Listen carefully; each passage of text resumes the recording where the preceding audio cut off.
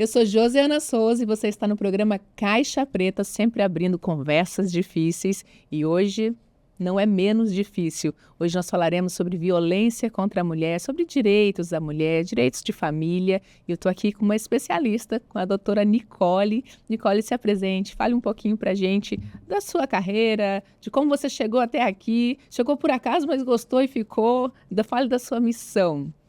Seja Obrigada, bem-vinda. Josiana, pelo convite. Eu acho muito importante trazermos esse tema, principalmente porque nós estamos no mês de agosto lilás, né? É um mês de conscientização e de combate à violência contra a mulher, né? Eu surgi no direito de família, foi uma missão mesmo, né? Porque as minhas especializações, elas são mais voltadas para as áreas empresariais, né? Sou especialista em compliance e gestão de risco. E nos processos de gerenciamento de várias empresas, né? É normal que sócios, né, ou pertencentes a essas personalidades jurídicas se separem. E no meio dos processos de divórcio, eles acabavam me buscando para solucionar alguns impasses, né? E nesses impasses eu fui vendo o direito de família como uma missão para mim mesmo de atuação, justamente porque algumas das partes elas não sabiam a quem recorrer, o que fazer, como fazer, a quem solicitar auxílio também quando precisavam, né? E foi assim que nasceu o direito de família para mim, dentro da minha missão enquanto advogada. E puxando já esse gancho aí, o que fazer? Quero me separar, eu quero, não preciso, que ninguém quer, né? Na verdade, não é porque quer, mas a pessoa precisa se separar, o que ela faz? Eu te pergunto isso porque eu fiquei perdida quando eu tive que passar por esse processo, eu não sabia nem por onde começar. Por onde começa? O divórcio e a separação, eles são sempre o último passo que um casal dá, né? Ninguém, é o que você falou, ninguém quer se separar, ninguém quer terminar um relacionamento, né? Uma vida construída de forma conjunta, mas chega um determinado momento que realmente é o único caminho que se tem, né? E cada um precisa reconstruir a sua vida de forma separada. Quando isso acontece, o primeiro passo é, obviamente, você procurar um advogado da sua confiança, especialista em direito de família, que entenda ali os dois lados, né? Porque você vai precisar fazer o levantamento patrimonial, você vai precisar fazer um levantamento de documentações e optar, né? Se você vai caminhar para uma via extrajudicial ou uma via judicial, se tem filhos, que havendo filhos também terão discussões relativas à guarda, pensão alimentícia, e tudo isso engloba o processo de família. Sabe uma coisa que eu achei assim super interessante e recomendo a Nicole, recomendo o escritório dela, porque ela pensa no conjunto. Ela não pensa na pessoa que ela está atendendo, ela pensa na família, no que vai acontecer depois, o que vai acontecer com a relação com os filhos ali, porque quando você está numa situação assim, fica muito extremo, fica muito difícil a relação, e quando você tem filhos, vai ter que ter uma relação pro resto da vida.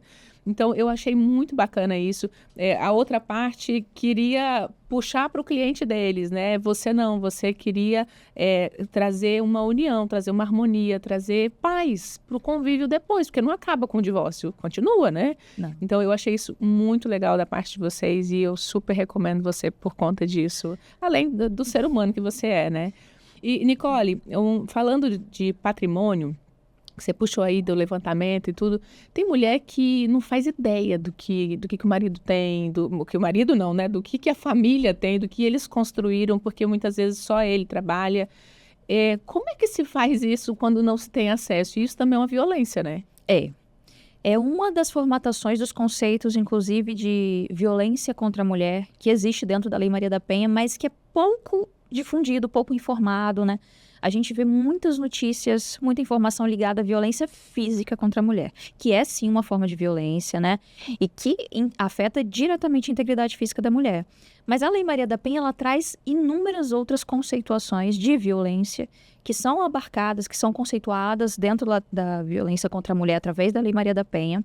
Uma delas é a violência patrimonial, que é justamente nesse momento, nesse processo de divórcio, né, em que a construção financeira desse casal, ela ficava ali com o marido, né, então as contas, o gerenciamento empresarial, a gestão de todo o patrimônio permanecia com ele. E aí, num processo de divórcio, como eu vou comprovar dentro de um processo o que eu tenho, se nem eu sei o que eu tenho? Então, o primeiro passo é, obviamente, solicitar oficialmente essa informação. Sabe que em 10 anos de relacionamento eu não fazia ideia de quanto o meu companheiro ganhava? Qual era a receita dele? Eu não fazia ideia. E esse é um cenário, assim, que muitas mulheres vivenciam mesmo, né? Esse cenário de não saber como fazer, de como solicitar, de que forma solicitar, né? E a partir do momento que você solicita o acesso a essa informação dentro de um processo de divórcio, né? Obviamente que a outra parte, ela pode responder, ela pode ignorar, né? Ou ela pode se negar a fornecer. O se negar a fornecer, ou até mesmo fazer a retenção, né, de contas, de patrimônios, de cartões, deteriorar o patrimônio, né? Subtrair de alguma forma, porque existem alguns casos, né? Infelizmente existem esses casos, né? São conceitos ligados à violência patrimonial, que existe sim a previsão elencada na Lei Maria da Penha. O que mais traz a Lei Maria da Penha? Porque assim, quando a gente pensa em, pelo menos eu, ignorante, né, dentro desse cenário, quando eu penso em Maria da Penha, eu penso em violência física. Tem a violência psicológica, que também pouco se fala, mas para mim é pior do que a física, porque físico, alguém está vendo, né? Tem um roxo aqui, alguém tá visualizando. E quando é psicológico, né? Que ninguém tá vendo, só você sabe, só você tá sentindo e você leva aquela cicatriz, aquela marca, aquela ferida aberta ali, às vezes pela vida inteira. Então, é preciso cuidar, é preciso olhar para isso. O que mais abarca a Lei Maria da Penha? A Lei Maria da Penha, ela nos traz 5 formas de violência contra a mulher. A violência física, né? Que é essa que você acabou de citar. Existe a violência emocional psicológica, né? Essa que vem, às vezes, de uma forma muito sutil. Que às vezes você não acha que é uma forma de violência. É um comentário, é um constrangimento, é a forma dele me tratar, né? São constrangimentos entre amigos, são comentários que afetam a autoestima da mulher. Tudo isso é uma forma de violência, apesar de pouco difundida, né? De trazer, a gente não ter acesso a essa informação de uma forma mais fácil, né? Existe a violência sexual, que é quando a mulher é obrigada a, de alguma forma, participar, manter relações sem consentimento, né? Existe, sim, uma violência sexual dentro do casamento, isso é preciso ser relatado. Existe também uma violência moral, que é aquilo que a gente verifica através de calúnias, difamações, que são aqueles comentários, as pessoas conceituam de uma forma popular como fofoca, né? Porque ele está fazendo fofoca de mim para outras pessoas, né? Olha que interessante. Isso é uma violência moral. A calúnia, a difamação, né? Essa ofensa à honra da mulher difundida para terceiros, ela também tem uma previsão na Lei Maria da Penha. E como é que ela faz para notificar isso? Por exemplo, ouviu de alguém, precisa de comprovação? Como é que ela faz para levar isso para a justiça? O primeiro passo é fazer o registro numa delegacia, né? Tem que fazer o boletim de ocorrência a partir do momento que toma conhecimento de algum fato. Todo mundo, quando toma conhecimento de um fato, tem 6 meses depois que você toma conhecimento para você registrar um boletim de ocorrência, né? E ele tem que ser físico ou pode ser Pode digital? ser online, pode ser online. Mas, havendo conhecimento de algum tipo de violência, é importante que imediatamente haja esse registro, né? Vamos supor que seja uma violência moral. Estou sabendo que está ocorrendo uma calúnia ou difamação em meu nome. Faça o registro da ocorrência, narre detalhadamente os fatos, como você tomou conhecimento daquele fato, qual foi o dia, qual foi a hora, de que forma, por quem. E aí é criada uma medida protetiva a partir disso? Pode ser solicitada uma medida protetiva. Não é automático, tem que ser solicitada. Tem que ser solicitada uma medida protetiva, né? As medidas protetivas, elas também são solicitadas através da delegacia, né? A delegacia, ela remete esse processo também, isso instaura uma ação penal, né? Através do acionamento do Poder Judiciário. E esse procedimento, ele vai tramitar, independente da formatação de violência. E ela vale por quanto tempo? A medida protetiva, ela não tem uma determinação, uma validade, né? É para cessar os atos de violência. Okay. Pode acontecer de, a partir do momento que se tem uma medida protetiva determinada, a agressão cesse. Mas existem casos que a agressão não cessa. Então, não tem uma validade. Aí, caso a agressão não cesse, esse fato também tem que ser relatado, né? Tem que ser informado que, apesar da medida protetiva deferida, de alguma forma, o tipo de violência ainda se perpetua, ou o agressor está descumprindo as medidas cautelares, ou está entrando em contato com a vítima, ou está entrando em contato com seus familiares, porque a partir do momento que ocorre uma ruptura, né, da agressão, da violência, e do modus, né, em que ele acessa a vítima, pode acontecer dele tentar acesso por terceiros, né, ligar para um familiar, ligar para ou para a mãe, ou para uma irmã, ou para um irmão, alguém, ou para um amigo, né? Então, é uma forma dele perpetuar a violência. E por isso também tem que ser colocado no boletim de ocorrência, nos registros, através da ação judicial, né? De que, apesar da medida protetiva deferida, a agressão não cessou. E como é que a mulher faz, Nicole, para buscar ajuda? Porque, assim, ok, ela fez uma medida protetiva, ela fez um boletim de ocorrência, mas se ela não tem rede de apoio, para onde ela vai? O que ela faz? Porque, às vezes, eu acho que isso impede muitas mulheres de correr atrás de seus direitos por não saber para onde ir e o que fazer. Hoje existem vários mecanismos de auxílio, né? De suporte a uma mulher que é vítima de violência doméstica, né? Você tem a Defensoria Pública, você tem o Tribunal de Justiça, você tem o próprio governo do Estado, através da Secretaria da Mulher, também tem abrigos, né? Porque existem casos em que ela sai de casa, né? Você tem locais de atendimento psicológico. É obviamente que a gente também tem que ser realista que os casos de violência doméstica são muitos. Mais de 60 casos por dia, só aqui no estado. Eu fiquei de cara, Nicole. É muito, mas é um número muito alto. É assustador. E são muitos, a gente ainda tem que considerar que talvez eles não retratem com uma realidade, né? Fidelidade, porque eles devem haver com subnotificações. Existem mulheres que não registram essas ocorrências, né? Existem mulheres que... E aí não vamos julgá-las, né? Porque são inúmeros fatos, né? Existe a dependência emocional, existe a dependência financeira, existe o medo que leva essas mulheres a não fazerem a denúncia, né? E existem também conceitos de violência que elas nem sabem que elas estão passando por um caso de violência doméstica. Exatamente por isso o nosso bate-papo aqui hoje, porque assim, a maioria das pessoas, e eu te digo por mim, né? Eu passava por violência, eu tinha um relacionamento abusivo, apesar de eu ter um companheiro maravilhoso, um ser humano maravilhoso, mas eu passava por isso e eu não sabia, eu não tinha conhecimento e para mim aquilo era normal.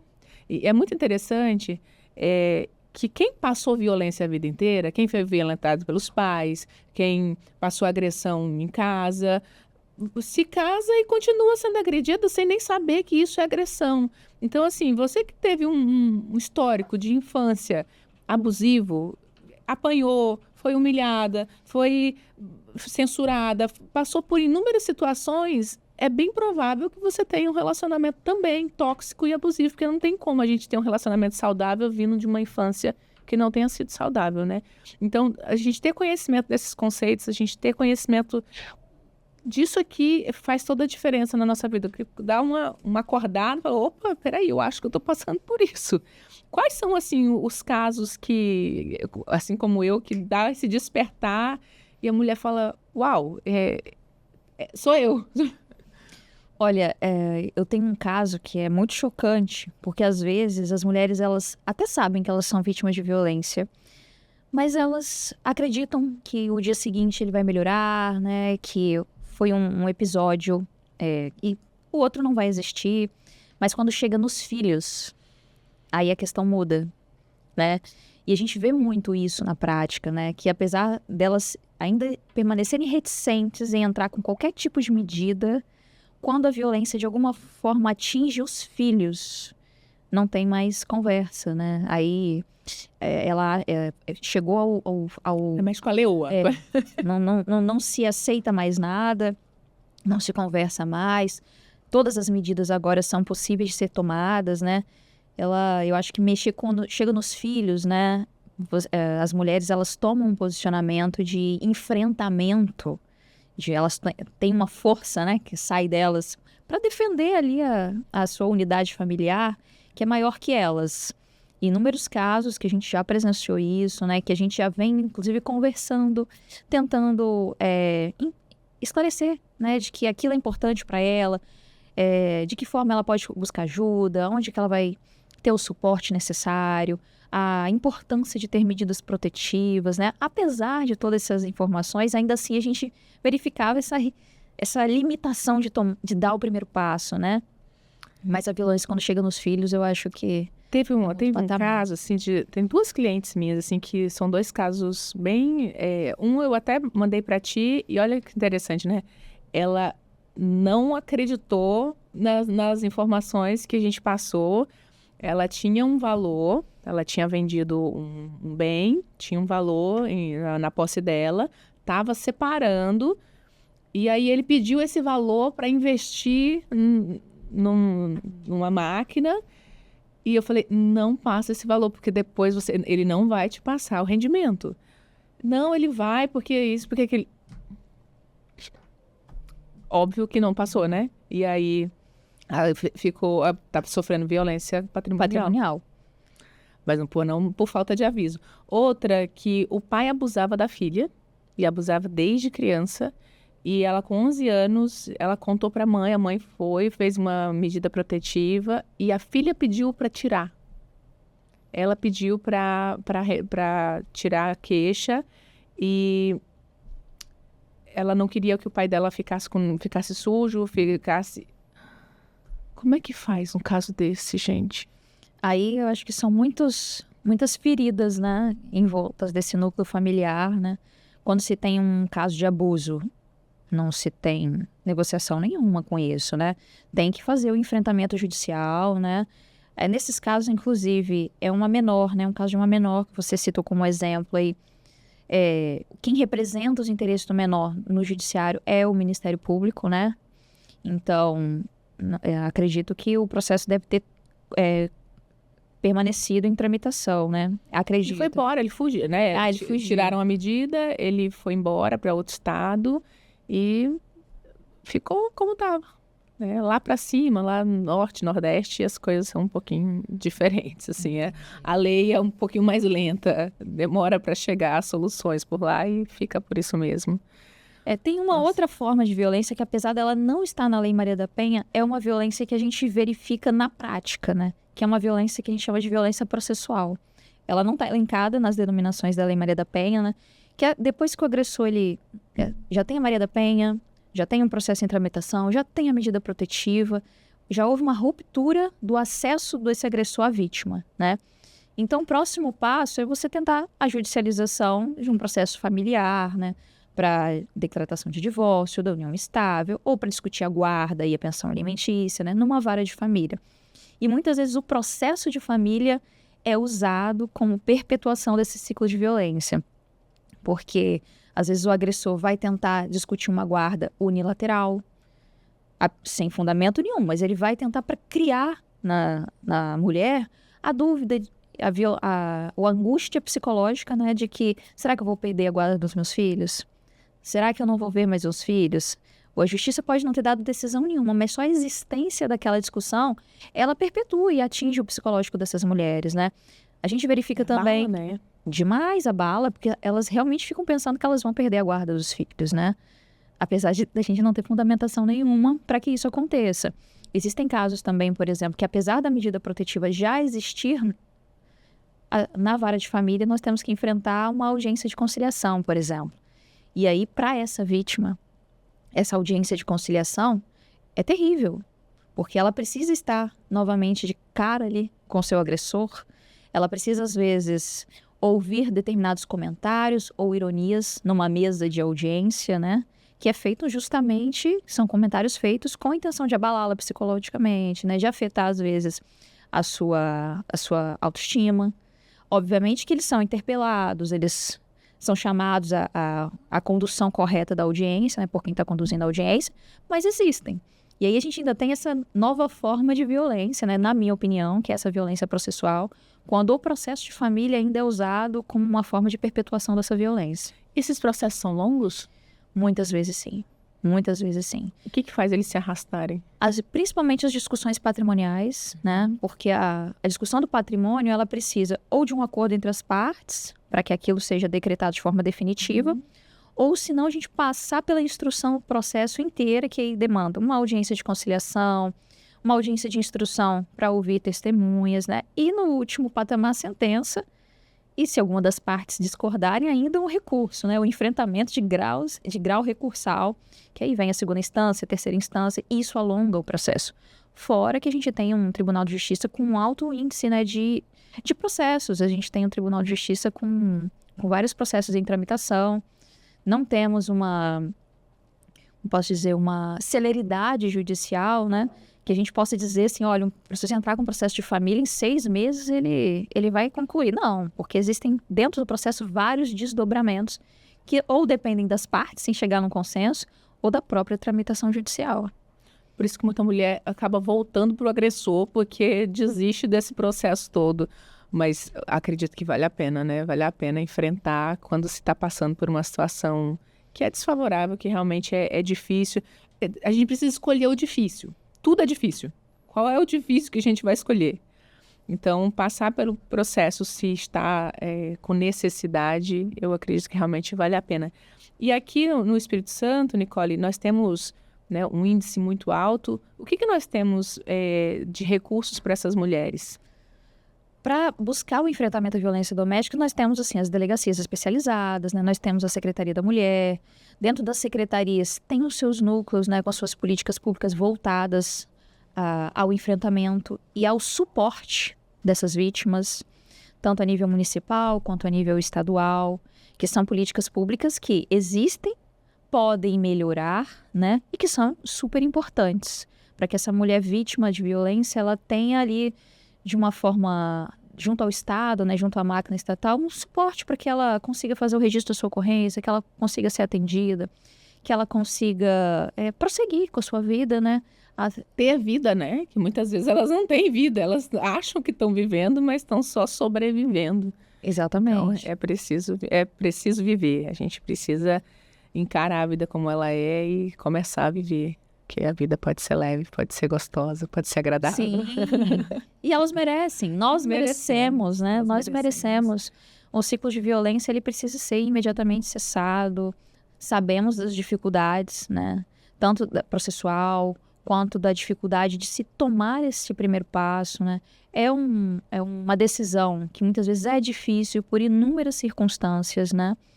Cada mulher tem uma realidade diferente, cada uma vive num cenário diferente. Um histórico diferente, né? Com uma criação diferente, porque isso também acaba impactando nas decisões, né? Mas que, independente do cenário, ela se veja possibilitada de tomar essa decisão e de enfrentar e de cessar o ciclo de violência que ela possa estar vivendo, né? Independente dessas formatações. O que a gente precisa é disseminar essa informação de que não existe só a violência física. Existem vários outros tipos de violência que essas mulheres podem estar sendo submetidas e que às vezes elas não têm consciência de que aquilo também é uma formatação de violência contra a mulher. Esse cartão de crédito é para você. Você pode gastar tanto. Não pode passar disso. Isso é violência. Isso é violência e eu vejo muitas mulheres passando por ela e acham que isso é uma vantagem ainda, né? Mas ele me dá um cartão de crédito. A violência patrimonial, ela acontece muito em muitos casos, inclusive com a retenção do patrimônio.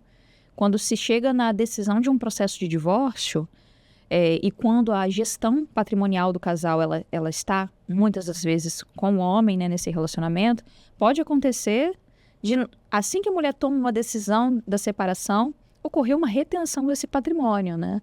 De que, olha, já que você decidiu se separar, então tudo que é meu, você não tem nada aqui. Existe esse discurso, mas esse discurso é travestido, sim, de uma violência contra a mulher, que é a violência patrimonial, que é justamente essa que a gente está falando. Esses dias, conversando com uma amiga, ele disse assim, não, mas é porque quando eu me separei, eu deixei uma casa para ela. Tá, mas ele ficou com 5 vezes mais. E ele achou o máximo ele ter deixado uma casa para ela com 2 filhos. Então, assim, o acordo, ele precisa ter conhecimento, né? Você precisa conhecer o todo e não ficar com medo de enfrentar, porque o que é nosso por direito é nosso. Você não está tirando de ninguém. Muitas vezes, para um construir, o outro teve que ficar. Por exemplo, eu tive que abrir mão de várias coisas da minha vida profissional para seguir, para ir para outro país, para ir para outro estado, para cuidar de criança, porque eu não tenho rede de apoio, né? Então, eu tive que ficar em casa, foi uma opção da família. Então, não é que o que ele fez era dele, era nosso, porque eu também estava contribuindo da minha forma para a família. Então, esse pensamento, não, mas foi ele que trabalhou, mas foi ele que fez. Não, enquanto isso você está fazendo alguma coisa. Você não está deitada com as pernas para cima vendo série. Eu espero que não. Isso aí. É um acordo entre o casal. É um acordo. E funciona até o processo de divórcio. Porque quando surge o processo de divórcio, né, quando tem essa ruptura, aí surgem, né, esses comentários, né, essas falsas afirmações de que se eu construir, então o patrimônio é só meu. Porque para o direito, não. Dependendo, obviamente, do seu regime de casamento, que existem regimes de casamentos diferentes, mas havendo um regime, por exemplo, de comunhão parcial de bens ou uma união estável, o casal construiu aquilo de forma conjunta. E quando ele constrói de forma conjunta, num processo de divórcio, a lei é bem expressa. A separação vai ser igualitária. Eu estava conversando esses dias com uma amiga e ela disse que o esposo, de madrugada, quando ela via, ele estava dentro dela. Isso é uma violência, né? É. E ela não sabia disso. Ela falava, ficava com nojo de mim, com nojo dele. Separei, mas até hoje, quando eu me lembro disso, chega a me dar calafrios. Quantas mulheres passam por isso e não fazem ideia que isso é uma violência, que isso... mas é meu marido, eu não tenho que fazer isso? Tem essa falsa percepção de que, por conta do casamento, né, a relação sexual ela é obrigatória, né? É uma falsa informação, inclusive isto é crime. A Lei Maria da Penha, ela conceitua isso como uma violência sexual, que é justamente forçar essa mulher a participar, a assistir, ou até mesmo ter relações sexuais indesejadas. É crime, ela sofreu uma violência, e inclusive esta violência também está amparada pela Lei Maria da Penha. Infelizmente, existem esses casos, né? Essas mulheres também precisam buscar auxílio, precisam buscar ajuda, elas precisam registrar a ocorrência, porque o que acontece é justamente isso, as pessoas não sabem que existem outras formas de violência e que estão abarcadas também na Lei Maria da Penha. A violência sexual é uma delas. Nesse caso, por exemplo, ela pode buscar ajuda psicológica num desses centros de apoio? Porque é necessário, né? E, querendo ou não, hoje a ajuda psicológica ela ainda é cara, ela é difícil acesso, infelizmente não é todo mundo que consegue e os que mais precisam não têm acesso. Nesses casos, essa mulher pode buscar ajuda num desses centros de apoio à mulher? Sim. Tem o próprio Tribunal de Justiça, temos a Defensoria Pública, temos psicólogos nas redes públicas, né? Obviamente, ela vai precisar de uma terapia, de um auxílio psicológico, porque essa violência que ela sofreu, ela se perpetua, né? Não é uma ferida que vai cessar. E o processo, infelizmente, vai fazê-la reviver esses momentos, né? E a gente sabe que o processo, ele é custoso para a vítima também, principalmente com essa carga emocional que o processo traz. Mas ela precisa tomar essas providências para fazer os registros devidos, até mesmo para que o agressor seja efetivamente punido. Esse número altíssimo, e olha só, aqui eu falei 3 casos que não estão registrados, né? Olha a quantidade que não está lá.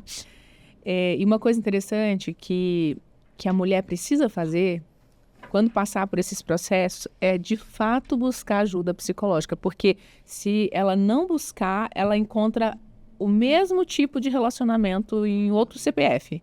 Se a gente não se cura das dores, das feridas anteriores, é fato, a gente só vai mudar de nome, de CPF, mas vai repetir as histórias, né? Vocês são sistêmicos lá também, né? Sim. Explica pro nosso público o que é um direito sistêmico, porque assim, a maioria das pessoas não sabe nem o que é sistêmico, muito menos direito sistêmico. Mas assim, o processo de família, ele engloba, ele não é só o cliente que vem até você. Aquele cliente vai vir com todo um núcleo familiar que vai, de alguma forma, ser impactado, direto ou indiretamente, por aquele processo, por aquela decisão. Então, o que a gente procura ali cuidar é justamente todo esse núcleo familiar, né? Obviamente, dentro da nossa visão de direito, né? O processo de família é um processo que ele envolve todas as partes. A gente vai lidar com o nosso cliente, a gente vai lidar com a outra parte representada, né, pelo seu advogado, mas tudo isso vai ter um impacto muito grande na vida desse núcleo familiar. e a gente precisa tomar conta dele todo. Por que aquela pessoa tomou aquela decisão, né? O que levou ela a tomar aquela decisão? O que está levando ela a não tomar aquela decisão? Quais são os riscos, né, que ela acha que ela corre pelaquela decisão processual? Quais são os medos? Quando a gente olha isso por uma forma mais específica do direito de família, muitas vezes a mulher tem medo de todas as decisões delas afetarem os filhos. Sim. Né? Eu vou me divorciar, como é que vai ficar meu filho? Como vai ficar a guarda? Com quem que os meus filhos vão ficar? Então, isso faz parte da nossa visão do núcleo familiar, né? De tentar entender os medos, de tentar entender as angústias, de tentar entender de que forma a pessoa acha que aquilo vai impactar na vida do seu núcleo familiar, se aquilo está levando ela a tomar ou deixar de tomar alguma decisão. E sempre manter assim, as reuniões rotineiras, né? Até se ter uma decisão efetiva dentro de um processo, que eu acho que isso faz a diferença. A gente, dentro de um processo de família, acolher essa pessoa, porque ela senão se sente sozinha. Ela muitas vezes já se sente sozinha. E dentro de um processo judicial, você se sentir solitário te leva muitas vezes a tomar decisões precipitadas, né? Isso, que te prejudicam, inclusive. Então, essa busca por acolher, eu acho que faz parte desse diferencial que a gente tenta colocar dentro do processo. Todo, né? Olhar para o todo. Eu amei, assim, foi muito produtivo, foi muito rico, foi muito esclarecedor. E deixa também, vou deixar aqui embaixo os contatos da Nicole, porque vocês atendem... O que mais vocês atendem lá, além de família? Família empresarial, né, que é o nosso núcleo mais forte, direito eleitoral, direito administrativo. A gente tem dividido o escritório em setores, né? Então, cada núcleo desse tem um advogado especialista, que é quem coordena aquele setor. Muito legal. O único setor que a gente não implementou dentro do escritório foi o direito previdenciário, que a gente preferiu, por uma questão mais estratégica, trabalhar com outro escritório que já é especialista nessa área, parceiro, do que trazer um especialista para dentro do nosso escritório. Mas então, vocês é bem amplo, né, a atuação de vocês. Sim. Inclusive, a gente inaugurou recentemente um núcleo de trânsito, né, de direito de trânsito específico. Que legal. Para atender tanto cliente, a pessoa física, né, quanto transportadoras, quanto empresas credenciadas ligadas ao trânsito. Então, a gente procura sempre inovar, trazendo para dentro do escritório pessoas qualificadas para trabalhar dentro desses segmentos. Vamos deixar os contatos aqui para vocês. Deixa um recado para as mulheres. Como eu te falei, né, Josiana, obrigada pelo convite. Eu acho que conversar sobre esse tema é de extrema importância. A gente sabe que os números de violência contra a mulher são altíssimos, que os números de violência contra a mulher, eles chocam, mas que as mulheres, elas precisam enfrentar essas violências, elas precisam buscar ajuda, precisam registrar sua ocorrência e precisam também ter um suporte para poder fazer esse enfrentamento, né? Um deles é isso, é disseminar informação, trazer as informações relativas aos tipos de violência, que é o que você está fazendo hoje. Importantíssimo trabalho, parabéns. Eu agradeço muito o convite. E se você está vivendo um caso de um relacionamento abusivo, uma violência contra a mulher, denuncie. Denuncie que os órgãos, as autoridades competentes, elas estão aí justamente para oferecer esse suporte necessário. Esse foi mais um programa Caixa Preta e eu espero que você tenha gostado. Até a próxima.